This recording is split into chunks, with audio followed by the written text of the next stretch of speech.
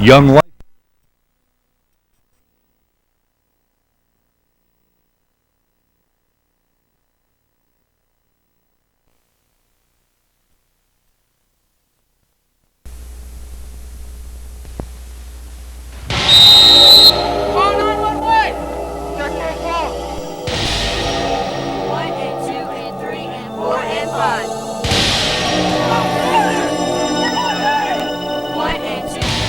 It's a memory which can never be erased. I kept saying, oh God, please, don't let him die.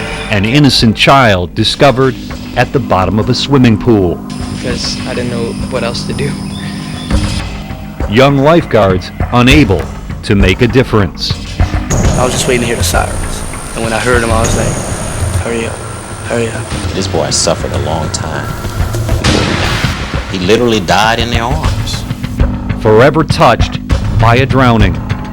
In a drowning, there are two fatalities. One is, of course, the person who has died and buried. And the other fatality, in many instances, is the lifeguard who happened to be at the wrong place at the wrong time, but knows that they have killed somebody because they weren't able to do what people had expected them to do in the first place. No one had taught you to open the airway to get the water out of his lungs? I don't know. Pay $1 million to have known that back then. I'd do anything to have known that back then. I'd have been a hero.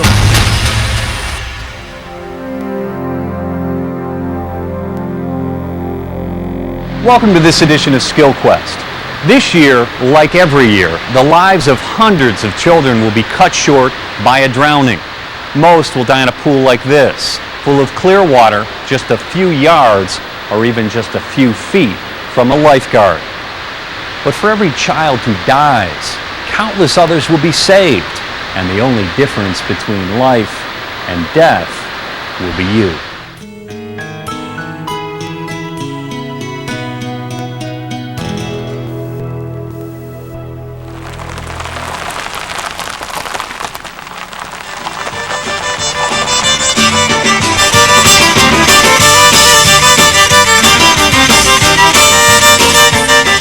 It may be one of the most fun-loving places on earth. Cajun country. Southwest Louisiana. Spicy food, rich culture, and just about the friendliest people you're ever going to meet.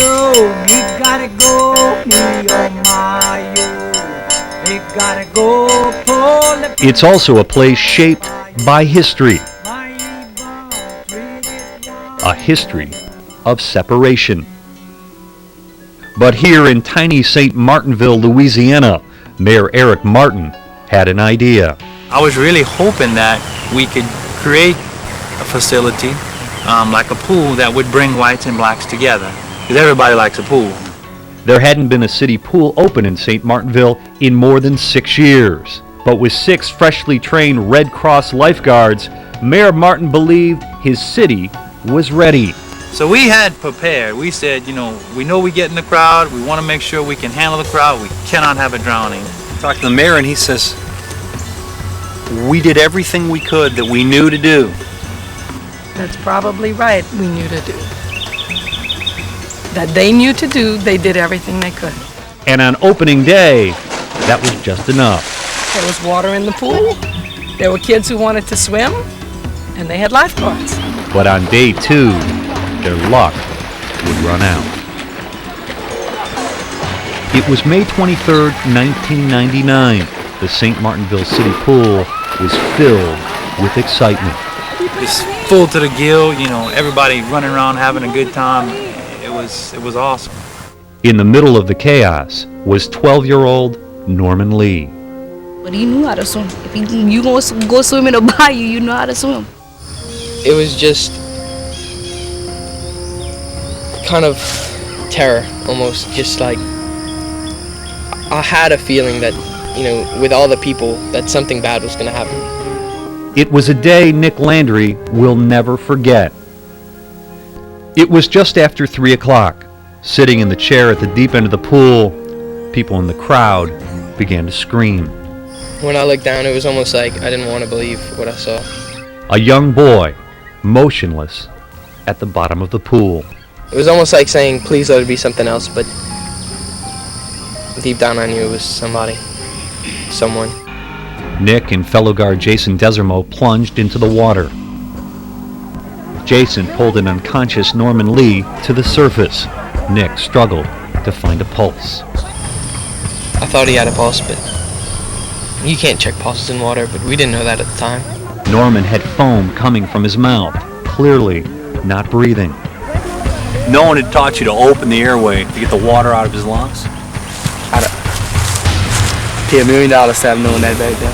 Lyle Willis was the third guard to respond. I'd do anything to have known that back then. I'd have been a hero. But there would be no heroes that day, only victims. I wanted to bring them out, but they were like, we can't. Because that was the way we were trained with Red Cross. Fearing a spinal cord injury, the guards simply held the child at the surface of the water, waiting for a rescue squad. They said don't ever, ever, ever bring anybody out of the water if you find them at the bottom of the pool without a backboard. But you don't have a backboard. The backboard.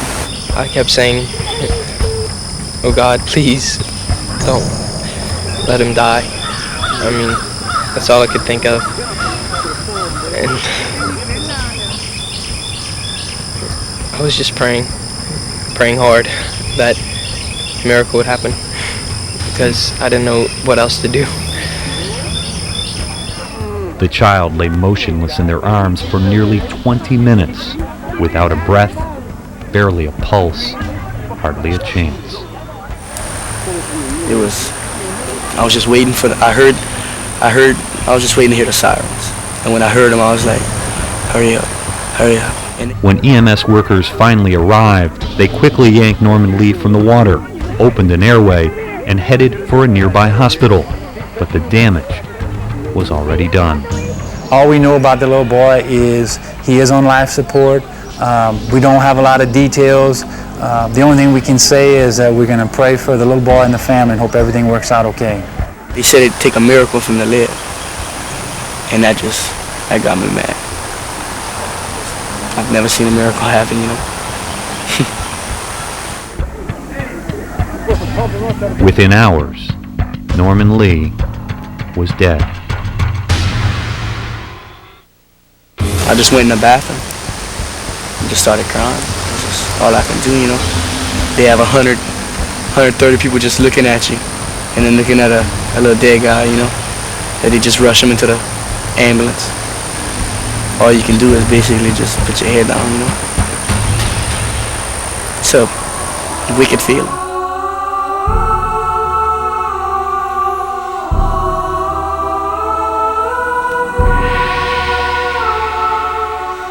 Yep, it's still hard. It's still hard.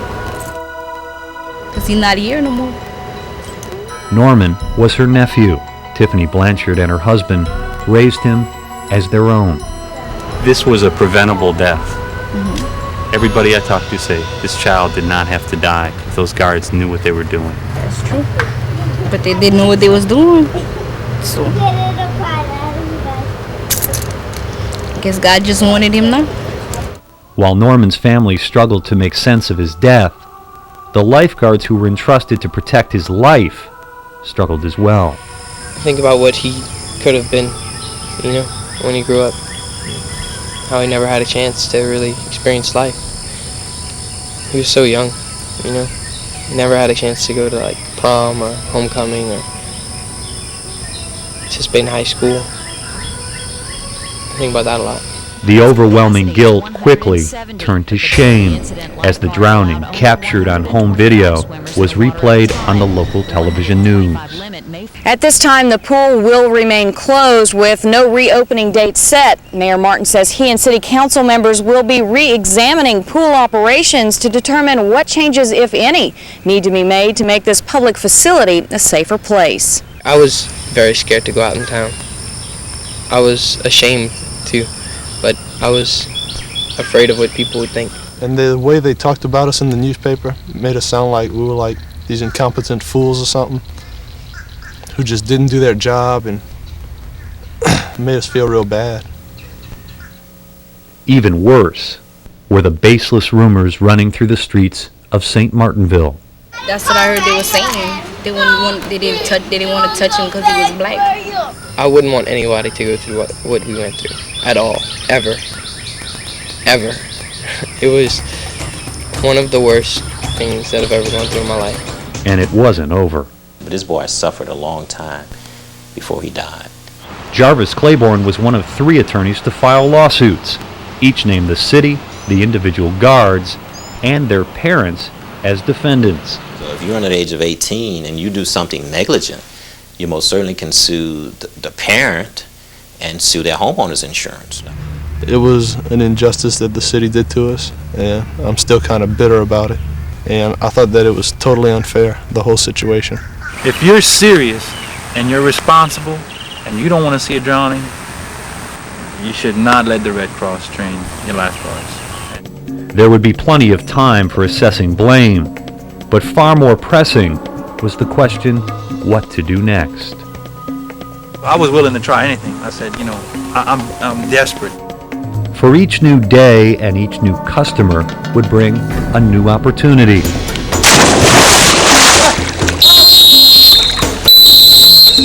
My neck! Everybody out of the pool! Get out! An opportunity for tragedy. All right, sir, relax. Relax, sir. Relax, sir. Relax, sir. Can we have your arms, please, sir? Relax. Relax. Relax, sir. Relax. Sir, please relax. Can I have your arms, please, sir? That's why Mayor Martin turned to Jeff Ellis. Drowning is completely a preventable act. It requires people to care enough and to apply enough reasonable resources to prevent it from happening. The only question I have, did you miss this strap? Yeah, we missed it. They missed it. That's Ellis Associates trains, certifies, and audits lifeguards for over 99% of the world's private water parks. They also now serve over 800 public pools and have investigated more than 400 drownings. The problems Jeff Ellis found at the St. Martinville pool weren't exactly unusual, but they were disturbing. For someone who is alive and well to go into a swimming pool where water is so clear you could see a dime on the bottom of a pool and say that a child or an adult could be underwater for 4 minutes and we didn't see it, that's unacceptable and inexcusable to me. The guards had never been properly trained to scan a swimming pool, and once they did discover the child, they failed to recognize a most basic symptom. It was clear he was unconscious with all of the visible foam coming from his mouth. It was clear at that point that the first care had to be respiratory care, opening an airway and getting air into this patient. And yet the lifeguards had been taught to make stabilization of a possible spinal cord injury their highest priority. To me, that made no sense at all. I mean, I'd rather be alive with a broken back instead of be drowned and have a good back. You can treat for a spinal all day long and the patient will be dead.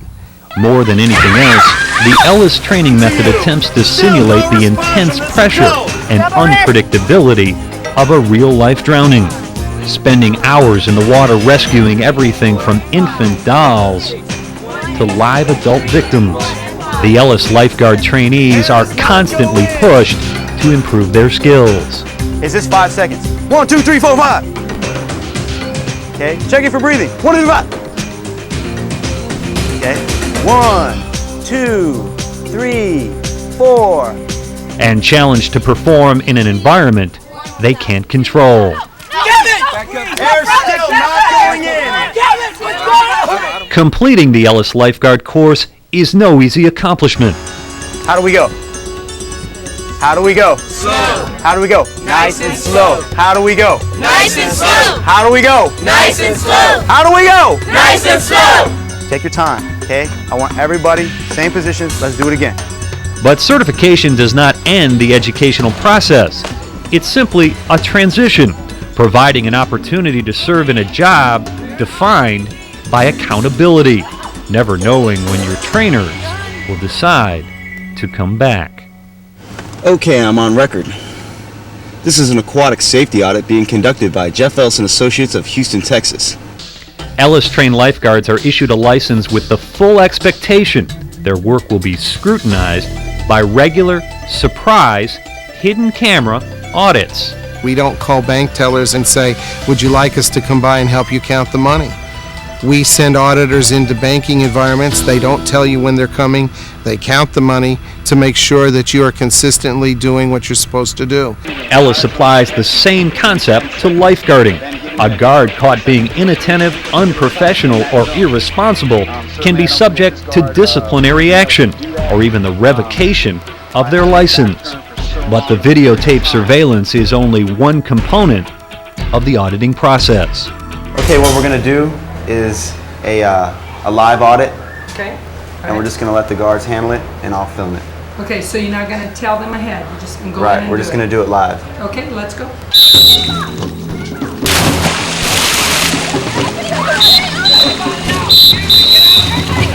He is not breathing on his own. There's no response from this adult. No response. He is not breathing. He is not breathing. 1 and 2 and 3 and 4 and 5. What? Keep going. 1 and 2 and 3 and 4 and 5. With every surprise audit, Ellis guards are put to the test, challenged to show they can successfully rescue a struggling swimmer, no matter what the auditor may demand. Doesn't matter who their daddy is. 1 and 2 and 3 and 4 and 5. Swedes 4. If you flunk an audit or you can't pass the class, You're out. You're out. Without the audit, the best training in the world isn't going to work because people have to know they're going to be measured, evaluated in the future, and held accountable to their actions. by putting those kids in that situation, in that mock drowning, it's giving them that real life circumstance that if this happens, I know what to do. After a full year of Ellis training, the St. Martinville Guards have discovered a renewed sense of confidence, and lifeguarding is actually fun again. But as good as they may be, the skills and drills of the Ellis program will only take you so far. Your mind and body may be rescue ready, but the rest is in your heart. Controlling the ability to prevent people from drowning is within our reach. It requires people to care. It requires people to have a passion, to realize that in a few seconds a healthy child is going to die. A passion that can't be taught in a textbook or a swimming drill. Value life so much that you're scared every time you get into the guard stand. Scared to the point of you never take your eyes off the water. Scared to the point of that no one would drown in your pool. A fire burning bright in the souls of those forever touched by a drowning. It can happen. Trust me. It can happen. In a heartbeat.